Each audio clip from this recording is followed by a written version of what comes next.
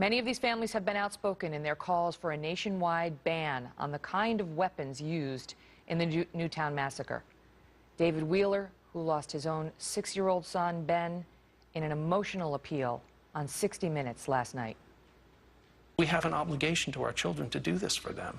And It's going to happen again. It is going to happen again. And every time, you know, it's somebody else's school, it's somebody else's town, it's somebody else's community, until one day you wake up and it's not.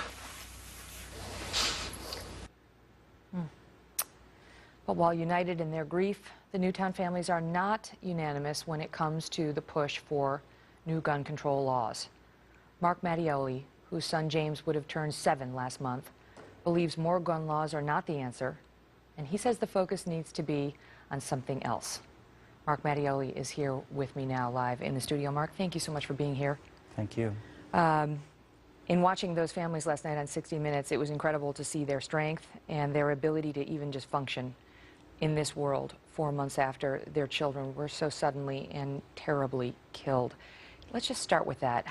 How are you managing to function in this world right now?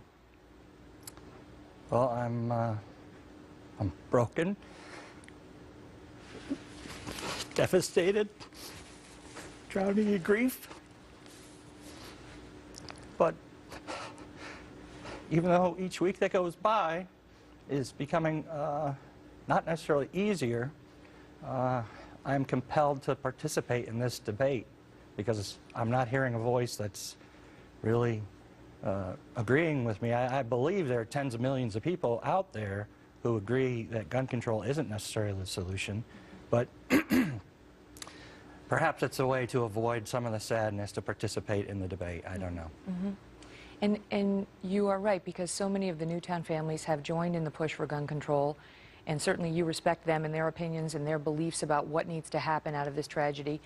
But you do feel very differently. Why do you feel that gun control and the push for any one of these bills we're seeing right now is not the way to go?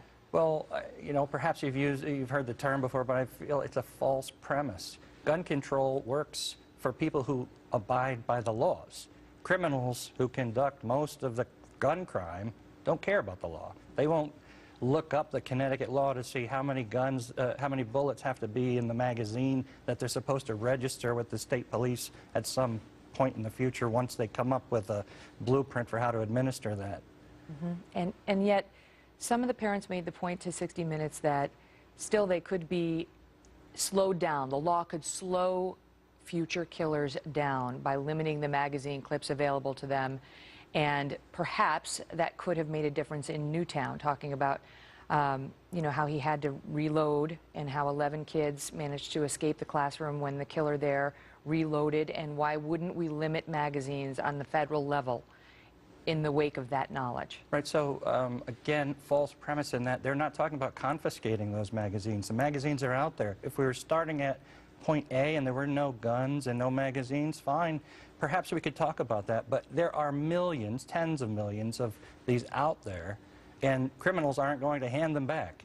So why should I be hampered in protecting myself when someone could come to my home and outgun me? Should I feel safer because New York criminals will only be loading 7 bullets in their 15-round magazine? I don't think so. What do you believe these lawmakers need to be focused on? Well, you know, the lawmakers, they write laws, and, you know, if you're a hammer, every problem looks like a nail. That's what they do. I didn't have much optimism about what they were going to bring through after what they did with the Cheshire home invasion. All they did was repeal the death penalty. There's no accountability for your actions. I believe accountability, enforcement of existing laws. I talked to the U.S. Attorney, David Fine for Connecticut, and he, you know, I said, increase mandatory minimum sentences on gun-related crime. That does it. You don't need a new law. You need to enforce the laws that you have. I know you've spoken, among other topics, about parental responsibility and how important that is. And I want to ask you specifically, is that a reference to Nancy Lanza? And do you hold her responsible, accountable in any way for this crime?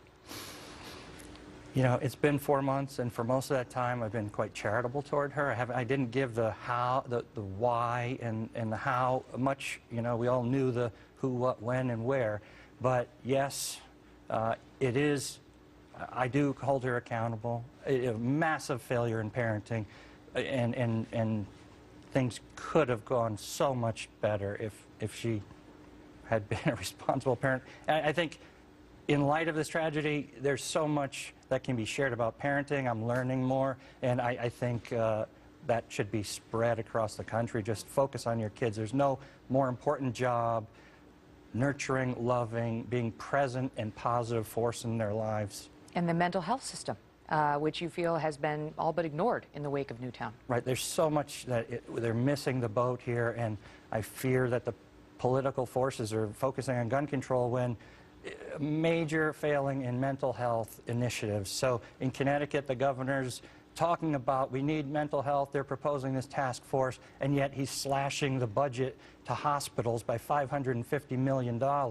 So they're the ones who treat mental illness. They diagnose it, they treat it. How are they supposed to do that when these dollars are taken out of their system? It makes no sense. Many of the Newtown families seem to suggest that they will be heard, and seem to be implying that if this doesn't get done at the federal level, it will be an affront to the Newtown families, and they will continue to push for it.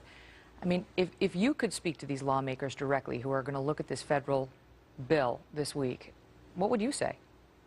Two things, really. One would be, given this situation, have a seat at the table. I've been in the room, and they are approaching this in a very incremental way. They will take what they can get and take and take and take. And so I would caution legislators, be wary of that. Second, I feel like in Connecticut, when you watch the hearings, the legislative session, this groupthink is taking place. They're suspending reason and critical analysis when those are what we need of these legislators to make reasoned decisions about the Second Amendment and other things that affect our liberties here. It's unbelievable. It's very hard when you look at these grieving parents, including yourself, who are asking you to do something, to not do it. I think most of us, our instinct is anything anybody can do to ease your grief or their grief in any way, we're in favor of. But there is a split on what that outcome should be. I want to take you back, if I can, just briefly, to December 14th of last year. Some of the parents, speaking to Scott Pelley of 60 Minutes, talked about that day, which we covered here on America Live as it was happening, and talked about how they were looking for their kids. They were searching for their kids. And I haven't heard you discuss that, but I just want the viewers to hear what some of the parents had to say and get your reaction. If you're willing, Mark, stand by. And then I got a text from Jimmy. I have Isaiah, but I don't have Anna yet.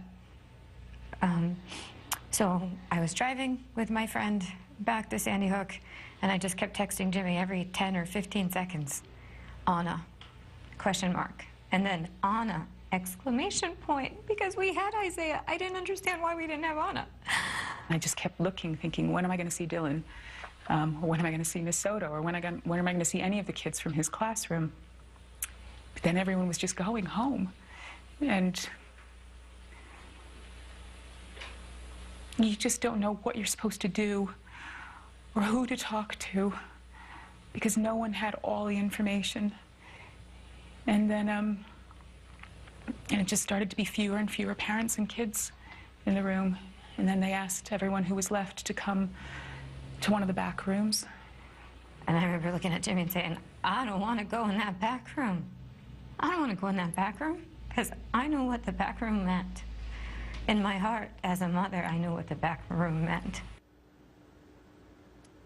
Did you go in that back room? Yes. What happened back there, Mark? Well, first, similarly, I arrived. I was able to find my daughter in, let's call it the mayhem. It was people all over the place trying to find their kids, and teachers trying to keep the kids calm. In the back room, that was sort of okay. They've already found the parents for the kids who are there. Let's go put your name on a list, and wait and see what comes. So it was very surreal. There are moments from that experience burned in my brain that, you know, people's faces in the room and so forth, but not much more I can say about that. Mm. And in the days after that, I know you've done a lot of self-examination about what is your global responsibility now? I mean, how do you make your life matter, your son's life matter? How do you make this world a better place? You know, this is the enormity of this loss is just starting to reveal itself. An Easter egg hunt, a trip to the dentist, but I had a plan for how to make this world better. My son was a big part of that plan.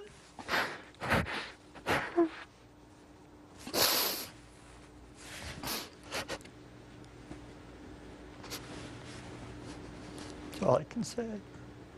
Mark, thank you so much for being here. All the best to you and your beautiful little boy.